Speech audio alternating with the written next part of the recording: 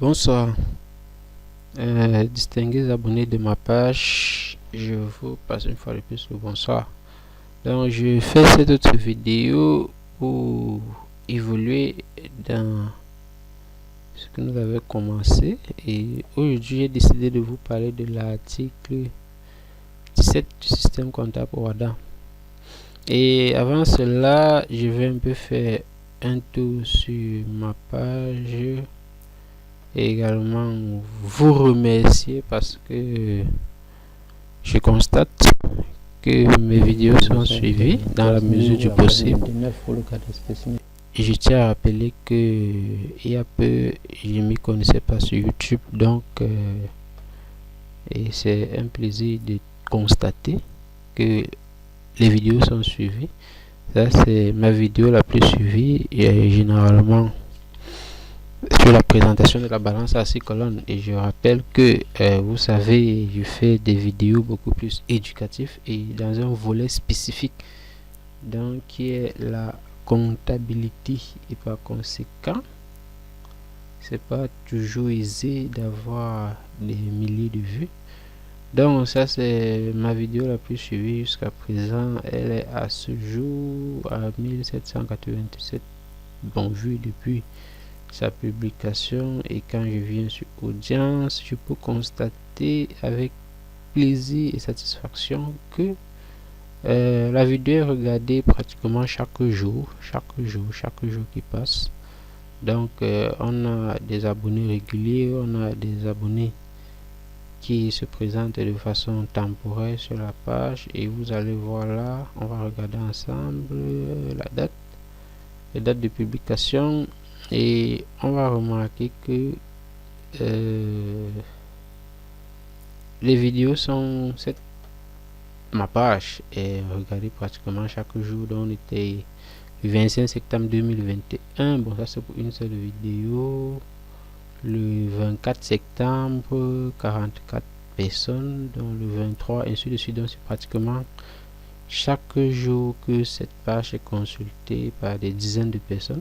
Je vous rappelle que je suis un amateur sur YouTube, je suis pas youtubeur, donc c'est juste que on a des petites connaissances qu'on décide de partager avec vous et avec des comptables. Et si possible, on va faire des vidéos plus tard pour parler un peu des thèmes un peu génériques, mais c'est pas toujours facile de trouver des thèmes. C'est pour ça que pour le moment, nous sommes spécialisés dans cette page particulièrement est spécialisée dans les vidéos d'ordre comptable. Et on peut également regarder que le nombre d'abonnés augmente, certes lentement, mais ça fait son bonhomme de chemin. Donc c'est ce que je voulais partager avec vous sur ma page avant de lancer cette autre vidéo qui va parler de l'acte uniforme OHADA de façon très partielle. Donc voilà un peu ça, voilà le contenu de ma page. Bon, ici j'ai tapé Vincent Kamini sur YouTube et voilà les vidéos. C'est vrai que j'ai pas fait des playlists, je les ferai plus tard. Donc voilà des vidéos, et vous allez remarquer que les vidéos sur le logiciel Sage Sari, j'ai plus trop progressé avec. Pourquoi? Parce que j'estime que ce sont des vidéos, ce sont des thèmes déjà très développés sur YouTube, et c'est pour ça que quand il n'y a pas trop de vues, bon, je préfère pas continuer dans ces thèmes là. Et il est important de rappeler que ce sont des thèmes beaucoup plus originaux qui sont suivis sur ma page, c'est-à-dire des thèmes qu'on ne retrouve pas facilement sur YouTube notamment. Voilà, il y a l'ensemble des vidéos que j'ai postées à date. Donc c'est l'ensemble des vidéos, et vous allez remarquer qu'on a parlé de Sage Sari. Ce sont des vidéos ou des thèmes suffisamment développés sur Sage Sari. J'aurais voulu connaître YouTube peut-être en 2015 ou 2016. Bon, mais il n'est jamais trop tard pour faire ce qu'on a fait. Donc voilà les vidéos les plus suivies. Bon, je vous ai rappelé que je suis pas un youtubeur, donc je fais mon bonhomme de chemin et je fais généralement des longs métrages, c'est-à-dire des vidéos avec des durées supérieures à 15 minutes. Pas généralement, ce sont des très courtes vidéos qui font le buzz sur YouTube. Bon, c'est pas mon objectif. Mon objectif, c'est de partager la connaissance et par conséquent, on peut pas développer un thème parfois sensible en 15-10 minutes. C'est pas évident. Donc, c'est pour ça que les vidéos les plus suivies sont généralement des thèmes assez originaux, sortis du commun, c'est-à-dire pas des thèmes développés par tout le monde sur YouTube. C'est pour ça que vous avez remarqué que ces dernières vidéos partent beaucoup plus dans ce sens-là, qui sont des thèmes pas toujours développés par tout le monde sur YouTube. C'est aussi pour ça que j'ai un peu mis les vidéos sur les logiciels un peu en conjoint. Et aussi, c'est pas toujours très évident de trouver le temps de traiter un thème arrangé et venir vous présenter. Donc, chaque fois que les horaires professionnels le permettent, je développe un thème et je publie.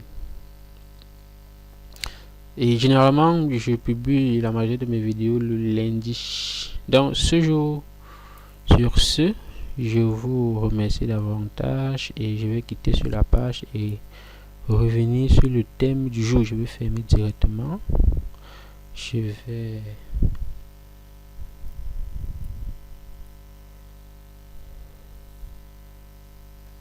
donc ma vidéo de ce jour parle de l'acte uniforme OHADA, dans l'acte uniforme relations financières.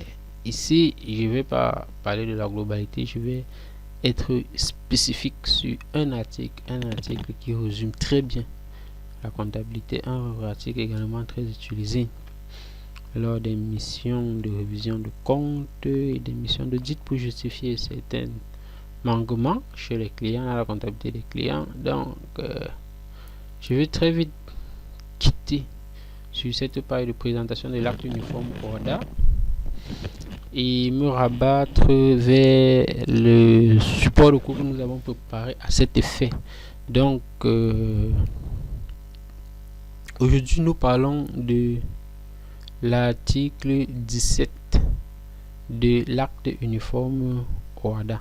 Donc, l'article 17 de l'acte uniforme OHADA. OHADA, Organisation pour l'harmonisation en Afrique du droit des affaires, vous le connaissez déjà. Donc, on va parler de l'organisation comptable. Non, dans l'acte tel que préconisé par l'article 17 de l'acte uniforme OHADA. L'organisation comptable doit au moins se respecter les conditions de régularité et de sécurité suivantes. Ici, il y a 8 points qui présentent à suffisance comment est-ce que la comptabilité devrait être tenue. Et c'est bien détaillé, bien précis. Donc, le premier point est le suivant: la tenue de la comptabilité dans une langue officielle et dans l'unité monétaire ayant cours légal dans l'état partie. Bon, on n'a pas besoin de présenter ici les pays de l'acte uniforme OHADA, vous pouvez le faire. Et on précise bien que la comptabilité doit être tenue dans l'une des langues officielles, dans la langue officielle du pays et dans la monnaie légale dans le pays. Ça, c'est le tout premier point. Le deuxième point, nous allons évoluer rapidement. L'emploi de la technique, je vais mettre le curseur pour qu'on aille ensemble. L'emploi de la technique de la partie double qui se traduit par une écriture affectant au moins deux comptes, l'un étant débité et l'autre crédité. Lorsqu'une opération est enregistrée, le total des sommes inscrites au débit de compte doit être égal au total des sommes inscrites au crédit de l'autre compte. Ici, qu'on parle de la partie double. Généralement, en comptabilité, on a le débit et on a le crédit. Le crédit qui enregistre le montant.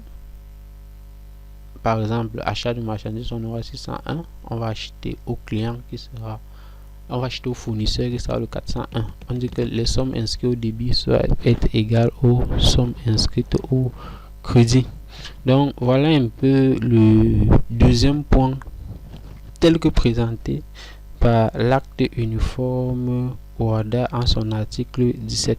Donc, nous allons passer au troisième point. Maintenant, on dit la justification des écritures par pièces, les pièces comptables bien évidemment datées, conservées, classées dans un ordre défini, dans un manuel, dans le manuel décrivant la procédure de l'organisation comptable, susceptible de servir comme moyen de preuve et portant les références de leur enregistrement en comptabilité.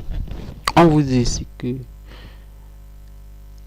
les écritures qu'on retrouve en comptabilité, qu'on retrouve dans les différents livres comptables, doivent être justifiées par des pièces. Les pièces de caisse, c'est-à-dire les factures, les quittances, les bordereaux de versement, les bordereaux de décaissement et autres. Des pièces d'écriture datées, donc datées, conservées, classées dans un ordre défini dans le manuel de procédure. Dans toute comptabilité, il y a un manuel de procédure qui définit comment est-ce que toutes les pièces comptables doivent être traitées. Les process à mettre en place lors de, par exemple, la commande d'une marchandise, la réception d'une marchandise, ou alors la livraison d'une commande, ainsi de suite. Donc, ça décrit tous les process, tous les mécanismes comptables à mettre en place. Donc, c'est ces manuels-là, c'est ce manuel, c'est-à-dire le référentiel du comptable en interne, qui doit être utilisé pour classer, conserver, référencer les différentes pièces comptables qu'on retrouve dans la comptabilité. Donc voilà un peu le point 3. Donc nous allons passer au point 4. Le point 4 parle le respect de l'enregistrement chronologique des opérations telles qu'il est prévu en les alinéas 3, 4 et 5 de l'article 16 ci-dessus. Donc quand on renvoie à l'article 16, vous pouvez aller lire par curiosité. Rappelons que on peut télécharger l'acte uniforme OHADA sur le net, et puis ça c'est l'extrait tel que présenté dans l'article uniforme OHADA de l'article 17. Donc on dit le respect des enregistrements chronologiques. Ça veut dire quoi? Si vous avez fait une vente à 11 heures, un achat à 12 heures, on doit classer, on doit retrouver dans le chrono des ventes cette pièce, et la pièce de vente qui a été passée, par exemple le 5, doit venir avant celle qui a été passée le 6, ainsi de suite. D'où la notion de enregistrement chronologique des opérations telles que prévues par l'alinéa 3, 4, 5 et 5 de l'article 16 ci-dessus. Donc voilà le quatrième point tel que présenté dans l'acte uniforme OHADA, l'article 17. On va passer au cinquième point. Le cinquième point, le voici bien évidemment. Identification de chacun des enregistrements précisant l'indication de son origine et de son imputation, le contenu de l'opération à laquelle il se rapporte, ainsi que les références de la pièce justificative qui l'appuie. Également, toute écriture comptable doit avoir une preuve matérielle, c'est-à-dire la facture qui a provoqué l'enregistrement de cette écriture. Donc, tout enregistrement doit être identifié par des pièces indiquant l'origine de son imputation, c'est-à-dire facture fournisseur par exemple, facture de décaissement, bordereau de versement en banque. Toutes ces pièces matérielles doivent être là avant qu'on passe à l'enregistrement dans un fichier comptable. L'article 6, très rapidement, le contrôle par inventaire de l'exercice, de l'existence et de la valeur des biens, créances et dettes de l'entité conformément aux alinéas 6 et 7 de l'article 16 ci-dessus. Voilà, c'est la deuxième fois qu'on renvoie à l'article 16. Donc, je vous invite à le lire si vous êtes des passionnés de la comptabilité. Donc, le contrôle par inventaire de l'existant. Ça, c'est lors des inventaires. On doit se rassurer que les biens sont là de façon physique, de l'existant et de la valeur des biens, des créances et des dettes. Les créances et les sommes qu'on les clients nous doivent. Donc nos clients doivent nous payer, les dettes, les sommes que nous devons à nos fournisseurs de l'entité conformément à l'ANIA 6.7 de l'article 16 ci-dessus. Donc voilà un peu le 6e point présenté. Nous allons passer au 7e point. Le 7e point nous dit le recours à la tenue de la comptabilité de l'entité à un plan de compte normalisé dont la liste figure dans le système comptable OHADA. Quand on parle du plan de compte ici, c'est d'ailleurs obligatoire. Chaque structure a son plan de compte et le référentiel pour la création du plan de compte est le référentiel OHADA qui préconise généralement des comptes à 4 chiffres. Donc je pense que très prochainement nous allons faire une autre vidéo pour présenter le plan comptable, présenter le plan comptable et l'utilité de certains comptes. Donc quand on parle du plan comptable, on a les comptes du bilan qui sont les comptes de la classe 1 au compte de la classe 5 et on a les comptes de gestion qui sont les comptes de la classe 6 au compte de la classe 8. Et à la fin, on a les comptes d'engagement qui sont les comptes de la comptabilité analytique. Et c'est sur ce dernier point que nous allons nous arrêter. Le point 8. La tenue obligatoire des livres ou autres supports autorisés, ainsi que la mise en œuvre de procédures de traitement agréées permettant d'établir les états financiers annuels visés à l'article 8 ci-dessus. Donc, quand on parle de la tenue obligatoire des livres comptables, quand on parle des livres comptables, nous avons fait des vidéos antérieures où nous avons expliqué ces process. Quand on parle de livres comptables, on fait premièrement allusion au livre journal, débit, crédit.